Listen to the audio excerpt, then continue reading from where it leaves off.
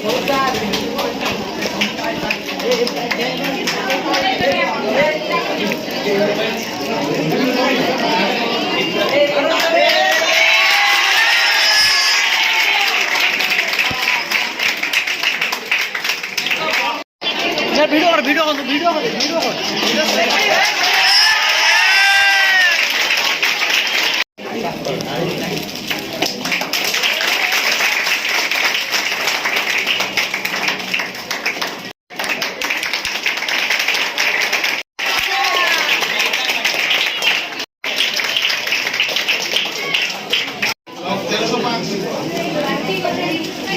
कथा की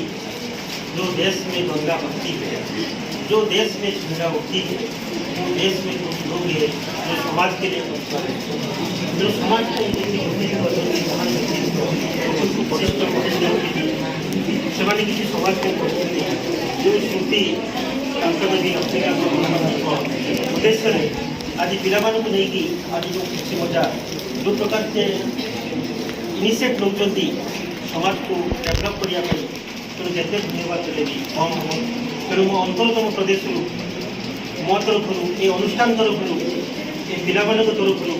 ତାଙ୍କୁ ଅଶେଷ ଅଶେଷ ଧନ୍ୟବାଦ ଦେଇକରି